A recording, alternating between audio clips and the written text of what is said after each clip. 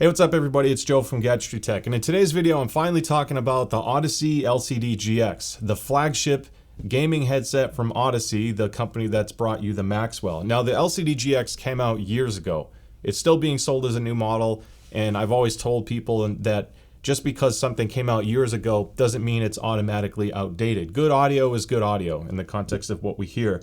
So with the LCD-GX, it works as a gaming headset and a headphone because you don't need to use the mic, or you can even use the included cable to use it as a traditional headphone. That's why I want to talk about it in both lights, and I will be comparing this to the Audeze LCD-X, the HiFiMan Aria Organic, and the Audeze Maxwell, because some people might be curious on how it compares to the other really well-known gaming headset from the same brand. Before I go any further, I do want to thank Audeze for sending this to me for review. It won't affect what I say about it. If you're familiar with the channel and you've seen other videos in the past, you know that regardless if it was sent or purchased, I am equally and as unbiasedly critical or positive as much as I can. Basically, it doesn't affect what I say about it, and you will soon see that I have some good things to say about the GX and some things I don't like. As far as basic specs go, this is a 20 ohm impedance with 100 dB sensitivity. That is stupid sensitive. That means you can drive it off of anything, and because it's a planar magnetic, the electrical impedance is linear, because that means that regardless if you have a higher output impedance or not, such as plugging into motherboard audio, gaming controller, certain DACs that have higher output impedance, it shouldn't affect the frequency response. And because this is so sensitive with low impedance, you can plug this into a traditional Xbox controller or PlayStation controller, hence the whole flexibility being also a gaming headset. So even though this thing is large and very powerful and has a very high power handling capability from distortion and overall SPL, it doesn't mean you need something very powerful to get the most out of it. Now this uses a 103mm planar magnetic driver. It is a single-sided magnet structure, meaning there's only magnets on one side of the driver. When you compare it to something like an LCD-X, which has magnets on both sides, it can affect weight and overall power handling, but it's not always exclusive one or the other, because other materials can affect weight, of course, and tuning will make a big difference on sound quality. The other thing I want to point out is this uses a magnesium frame. This is designed to help keep weight down, and it is noticeable when you pick up the LCD-GX and compare it to the X. Now before I focus too much on the build quality and comfort and all that stuff, I do want to talk about what's included. Now my version of the LCD-GX came with a standard LCD style case. This just might be because they're streamlining production. It's different than what the older LCD-GX is shipped with, and it's no big deal to me. I think this case has been absolutely fine. It comes with a little key to, lock the latch up here. And if you were to open it, let's just do that. You can see it's cut out, and you get your little warranty cards, and everything's kind of packed in there. And the key is buried right in there. Not really a high-tech key. It's not like it's going to keep a real person out, but it is convenient enough to act as a deterrent. Now you also get a 1/4-inch terminated cable, a braided cable. This is pretty much what all the LCD headphones that I've received from Audeze come with, so it's good to have. You can use this as a normal headphone. You also get an OMTP to CTIA adapter. All this does is it reverses the mic and ground pin. So if you use this traditional TRRS cable that's included with the LCD-GX, if you have issues where the mic isn't working or it sounds absolutely terrible, there's a chance you need to use this wonderful little adapter. So switch to that instead and maybe your problems will go away. Now you also get a breakout cable. So this is a TRRS female plug on this side, and that separates both the microphone and the headphone cable, because if you're using something like the Shit Hell 2, for example, that breaks it up, you can now connect that, and it even comes with the 1/4-inch adapter. So this is everything you need to make it work with the Shit Hell 2, for example. As far as the rest of the cable goes, it's a standard rubber cable. It's like a TPU jacket, nothing fancy. It's pretty long, and you get a microphone mute switch, which is a toggle. This doesn't feel super premium, but microphonics aren't really bad, and there's no volume control on the mic mute switch itself. So keep that in mind if you are playing on console and you're plugging into a controller. You're going to use the on-screen display like the Xbox interface or PlayStation interface to actually adjust volume. You'll have no control on the headphone itself. This is more typical of a traditional analog headphone because they don't usually come with volume knobs. Now, two things make this a gaming headset. One is it has a nice bright red color. They're trying to make it a little bit more flashy. I don't mind it because it's different. I have a lot of all black headphones, but take that for what you will. That's more of a personal preference thing. It's subtle enough where even if you're not a huge fan of it, I don't think it's like a major detractor because the rest of it is a more traditional looking headphone design. Now, of course, the other critical thing is it comes with a microphone, and the microphone is built into the XLR cable, which is good and bad, I suppose, because if you have an issue with the microphone, you can just squeeze this and pull it out. Now, I didn't want to hide the fact that this is kind of a pain to remove. These terminals are always really tight and they do stick sometimes. I've had this happen with other LCD headphones and mics. So you kind of have to work it a little bit, but it does come out, of course. So I have heard and read some feedback online of the cable or the microphone failing. I don't know if they've done a revision since earlier unit shipped and they've made it more reliable. I've had this for several months now and I've used it off and on when I test it against other stuff, and my cable's still working.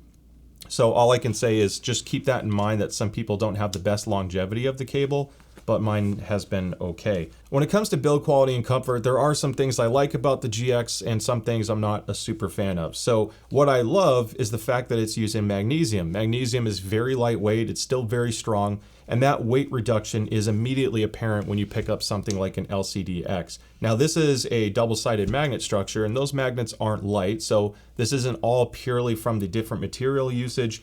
The LCD-GX weighs 602 grams, which is quite heavy, and the LCD-GX brings it all the way down to 461 grams. So you can pick up both of these and immediately feel a big difference. Now, part of that was done because when you're playing a game, a lot of people will play for 2 to 3 hours at a time. So weight reduction was really important for Audeze, and that was part of why they did that. Now, the other thing I want to point out, this synthetic leather strap is quite stretchy. Mine already rests quite a bit on the headband itself. Now, depending on how you put this on, it's going to have a little bit of a gap here, at least initially, and over time this could eventually settle up into the frame. It's just enough, but I wish it was just a little bit more clearance, because it really pushes the limit as far as like resting on it or not. Because of my hat right now being a little offset, my band is basically right up against the back of the headband. So it's already starting to happen. I think they could have just made this a little bit shorter, and that would have been all it needed to fix it. So maybe some mods and trying to pull it down might help, but I just want to point that out. Whereas on the LCD-GX, this strap, once I'm wearing it, seems much more resistant to stretching, and I've had no issues with that. Now, another thing I want to point out is the ear cup size. These are still very large. That's not an issue for me. They're quite massive. The LCD-GX is even larger, and this leather feels really nice. This is a protein leather, which isn't bad. Protein leather is still rather durable, but it's not a real leather, and it's the only pad option. These pads are also glued on, and they are replaceable, but you have to buy a kit, something like from Deconi if you want to replace it, or whether you go through Audeze or not. Now, the biggest thing I want to point out with the GX, I like the lower weight, but ergonomically, these pads want to kick out like this when you wear it. When I first started using these, I didn't know the ideal positioning for these, and if you put them on so it's like more of a neutral placement on your ear, the backs want to lift up. Like I can put my finger behind the pad right now. Even if I push it, you can kind of see it's coming back out. And if you have a larger head, that outward pressure on the back gets more and more extreme. It's mainly because if you look at the way this yoke is, the fork that attaches to the cup, that mounting mechanism is offset. Whereas if you look at the LCD-GX, it's a little bit closer to center. That extreme angle does affect the way it reacts as you stretch it out. Because when you start putting pressure on, you know, if I'm pulling this equally, as you pull tighter, you can see that they're kicking out. I mean, if I turn it in, you can see it like kicking out as I'm releasing. So what I had to do, what I found out, this is a workaround to an extent, is I place it so the inside of the pad is right up against the front of my ear. So instead of where I feel like my ear is perfectly floating in the center, I pull it back just slightly. That was able to put more pressure right here, and as a result, it kept a more consistent seal.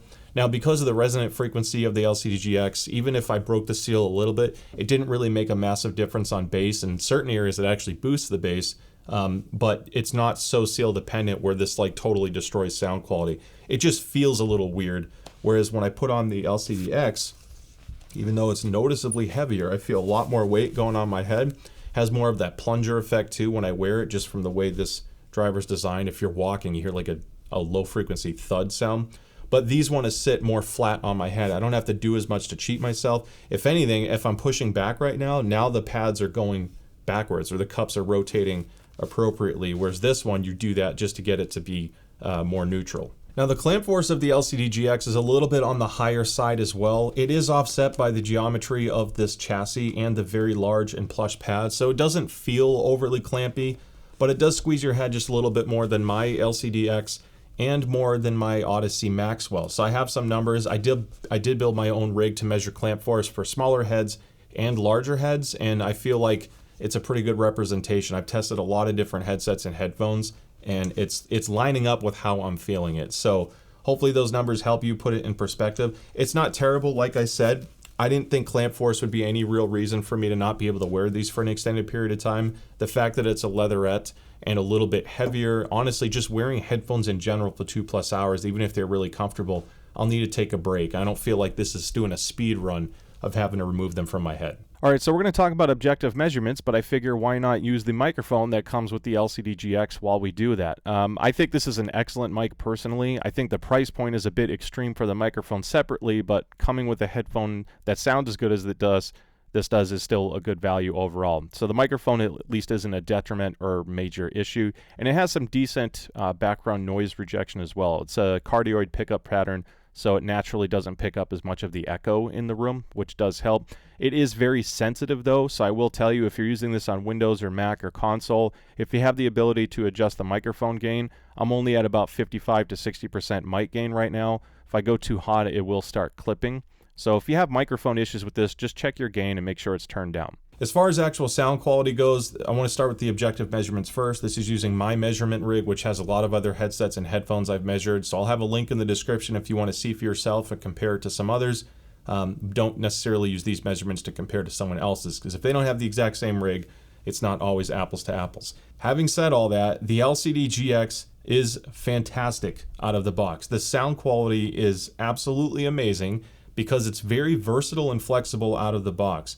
Now, the bass is linear. Some people are going to want more bass. Well, that's okay because this thing takes EQ really well. The distortion numbers are very low, and this is rated for like 130 plus decibels of SPL, so it gets quite loud. You can easily add your own bass shelf if you want more, but it is a flat sub bass all the way down to about 30 hertz, and then it barely starts to roll off. There is a little bit of a lift here at 800 hertz, not a big deal. It's minor, and if that bothers you, you can EQ it. But the end result is it still sounds very, very neutral and flexible for a lot of different listening. The peaks and lifts that you get as you approach 3000 hertz is pretty much in line with Harman, at least how it compares to my rig. My rig, I think, under represents 3K a little bit, so it's going to be slightly above that, I think, to the human ear. However, it is recessed in a pretty critical area for me for listening fatigue, and that's the 4 to 6 kilohertz region. This area can be recessed or boosted. You can always EQ it up or down to your own personal preference, but this is often an area that people are very sensitive to and will have wildly different preferences among listeners. So this is a safe tune. It's not followed by a ridiculous peak. It's not overly sparkly or metallic sounding. It's a fatigue-free listening experience, and this was not expected for me, because when you hear something that's starting as like what I thought would have been similar to an LCD-GX, but for gaming, I'm like, man, it's going to be bright. A lot of gaming stuff is perceived as very V-shaped, boosted bass for explosions and then a lot of treble up top. This isn't the case, and it's super important because they went with gaming with the intent of either still being competitive, still being immersed and enjoying what you're listening to, but for long listening sessions, you're not being punished either with sibilance issues or sparkle or anything like that. And that obviously applies for music listening as well. It's relatively, it's close enough to neutral that I can listen to everything without EQ, and it is followed by upper treble extension. So if you're at, or emphasis. So if you're above 15,000 hertz, there is a little bit more air apparent with this than some other Audeze headphones. So it's tuned very specifically with good intent that works well for music and gaming. To put that in perspective, I want to show you the LCD-GX, which I absolutely love. It's one of my favorite bang for your buck open back headphones ever. Like, it's I think $1,100 or $1,200. I'll never get rid of it. It's one of my favorites for the money, and anytime I've said this in a lot of other videos, so I'm not just blowing smoke. when I do like huge listening demos for friends where I'll pull out like 10 or 15 headphones and we'll listen to music for several hours at a time, the LCD-GX is always one of the top picks. And some people either like something heavier or better for rock and they tend to pick ZMF, or something brighter and they go with Hi-Fi Man. But as far as an everyday, especially with some EQ, because you can EQ the bass up on this and it just slams. I wanted to show you the frequency response to the LCD-GX because when you consider the LCD-GX is several $100s cheaper, comes with a $200 mic, well, there's obviously a lot to like from a tuning and tonality perspective.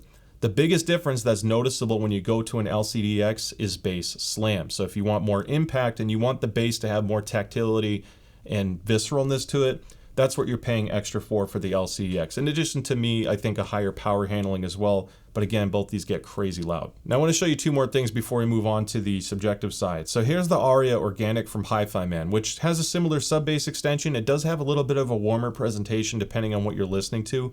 However, the mid-range is slightly recessed in comparison, followed by, as you can see with the red line, a lot more upper mid-range and treble. So if you like the idea of a resolving planar magnetic headphone about $1,000 give or take, but you like more treble and air and you want it to have a more analytical sound, then the Aria Organic is something to consider in this price range as well. It's a little bit higher, but it's more comparable to the LCD-GX. And the last thing I want to show you or point out is driver matching. The LCD-GX has excellent driver matching, at least mine did. This is really helpful for imaging and gaming performance. There's no major mismatch, and it's easier to get a more linear driver matching when you have an open back, especially when there's no onboard electronics, because you have less variances at play from the left and right cup. So imaging is fantastic, driver matching is fantastic, and here's proof for that. Okay, so I want to talk about subjective audio and how I perceived it, what I liked or possibly disliked about it, while also comparing it to some other headphones or headsets that I will likely get asked about,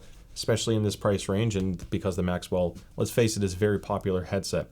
So the GX, the biggest issue I had is the chassis and the ergonomics with the cups tilting out. I mentioned that before. But from a sound quality perspective, this thing really just blows the doors off of expectations from what I wanted or expected from a gaming headset, even at a higher price point. It is better tuned than some other more expensive headphones, while also coming with a really good microphone. So it really can be an all-in-one solution and makes a lot of people happy, provided your core doesn't give you issues. In some cases, I actually liked the tuning of the LCD-GX more than my LCD-X. Now, if you do EQ and you want more of a bass slam and punch, this can still hit pretty hard. It's not bad. It's just the LCD-X is a special beast that, frankly, at this price range, makes others that normally do have good bass slam seem to not be as good. So this is kind of like an unfair advantage. I think it's just a special headphone in that regard. But from a tuning perspective and how close it sounds to what personal preference may be or naturalness, the GX's linear bass response with that scoop in the 4 to 6K area gives it a more relaxed presentation while also having some air. Now, it has a very clean delivery of sound. It doesn't sound as congested. When you first just pick it up, if you don't have any other headphone for reference, it's going to sound great and you can listen to acoustic music, you can listen to EDM, and again, EQ it to preference. When you put on something like the Audeze Maxwell, which I love, I've talked about this in so many reviews and videos, it's the best sounding wireless gaming headset ever made. It's still the best wireless sounding gaming headset ever made, and it's been out for almost 2 years now. It really is a showstopper at 300. What's insane about this is I listen to music on it, then I play the same tracks on the GX, then I go back to the Maxwell. The GX makes the Maxwell sound more congested and closed, partly because this is a closed back design and the way it's tuned has a totally different driver. And the way it presents the music just sounds a little bit thicker and heavier and denser, and it doesn't sound as wide or as vast. Where this has, even though it doesn't have the same bass slam, like the sub bass, this is lifted. I mean, it really pounds if you want it to. I like the bass delivery more on the GX. It's very clean. There's a lot of good bass texture to it. I can very clearly hear different types of bass in different tracks depending on how it's mastered. And that helps with just general everyday enjoyment. I think when you listen to this on a gaming side of things, soundstage and airiness and wideness are very important things to consider. Now, I brought these out because I like the Hi-Fi Man Aria Organic a lot in Call of Duty. I thought it was the best sounding headphone I've used in a long time. And I don't know, yeah, I have the HD800S next to me. In Call of Duty, I've been enjoying the Aria Organic more than the HD800S, at least without EQ, because frequency response is really important for games. You want to emphasize the right areas and de-emphasize the wrong ones that can either cause fatigue or audio mix confusion. This is fantastic for Call of Duty. Now, this is still really good for Call of Duty, but it is noticeably better on Apex Legends and CS2 and CSGO. Those sound signatures and X-Defiant work better on the LCD-GX than the Organic. So with minor EQ, this is one of the best performing headsets I've used in the context of gaming, because there's a mix of immersion. You want sub-bass extension, which is good for casual and everyday single player games, maybe, story-based games, whatever you're playing. That is still a very rewarding experience. Then you have the long-term audio presentation of, you want it to be resolving, you want it to be competitive and pinpoint footsteps, but you also don't want to punish your ears in doing so. And at slightly louder volumes, because this is a little bit more relaxed, I can play for much longer periods of time, whereas the Aria Organic is better at lower volumes because there's more treble energy up top. So as you turn this up, if you're trying to focus on the quieter footstep sounds that may not be as loud, you're not ear blasted by an airstrike that is significantly louder than that. This has a better blend and it's overall a more cohesive presentation. So I think in summation, the best advantage to the GX is it walks that fine line of giving you detail, giving you immersion and bass, but without punishing you with listening fatigue either. That's very difficult to pull off. And that's, to me, where like the Goldilocks zone lies for gaming audio products in general. Purely from a music standpoint, I kind of touched on this for the most part already. I would personally use the LCD-GX and then just add some EQ to it. But from a comfort standpoint, because this weighs less, as long as I'm sitting it in the right position, I still enjoy the GX a lot. I think it works really well for acoustics because, again, it's a clean bass and it sounds wide enough where I don't like feeling all the time, especially with rock music, that I'm wearing a headphone as much necessarily. I really enjoy speakers personally, especially when it comes to rock, and there are very few headphones that do good in rock. I have some ZMFs that I like for rock, the LCD-GX being another one, and this is really, really close. The only difference that I would say, again, is it doesn't do as much of a punch or slam as the LCD-GX. So if you're more concerned with that, maybe spend a little bit more and upgrade to that, but this is still a amazing option under $1,000. So I mentioned it being easy to drive, and yes, you can connect this to a controller. Maybe you're connected to an Xbox controller, and you can use the Dolby Atmos app, the Dolby Access app, if you want to add some custom EQ to it and fine tune it. PlayStation, you don't really have the option to EQ, but you can use something like the Creative G6, which is a wonderful, a bit old gaming deck that's PlayStation compatible, and it has a 10-band EQ. Same with the Creative X5 if you want more features. There's a lot of unique things about this, and I've reviewed that in the past if you want to learn more about it. The Shit Hell 2 is like your overkill beast of a gaming DAC amp. A little bit brighter and more energetic sounding than the Creative products. Has an incredible microphone preamp, making it very easy to dial in the microphone gain to your liking. And this is better for PlayStation and PC users, mainly more on the PC side if you want the ability to EQ. Because this has no onboard EQ, if you're going on PlayStation, you want the ability to customize it. I would personally go with the Creative G6 or even a Quiddlix 5K. So at the end of the day, what do I think? Is it right for you or not? $900 is a lot of money. And I think that purely for music listening only, I would lean towards the LCD-GX. But there's no contest that for gaming, it's one of the better sounding headsets I've ever used. And when I say headset, we're talking about something that comes with a mic. You can buy this cable and add it to an LCD-GX. You can buy the Meze mic boom or a mod mic and add it to the HiFiMan Aria Organic. All of those do add cost though. So when you factor all of that in, this is still a good value. I think the biggest issue I have is their ergonomics. And I would just warn you, if you have a larger head, be prepared to mess with the placement and make sure that that feels right on your head. Because if it doesn't and it's kicking out or bothering you, I think that's possibly the biggest detractor from a long-term ownership experience from the GX.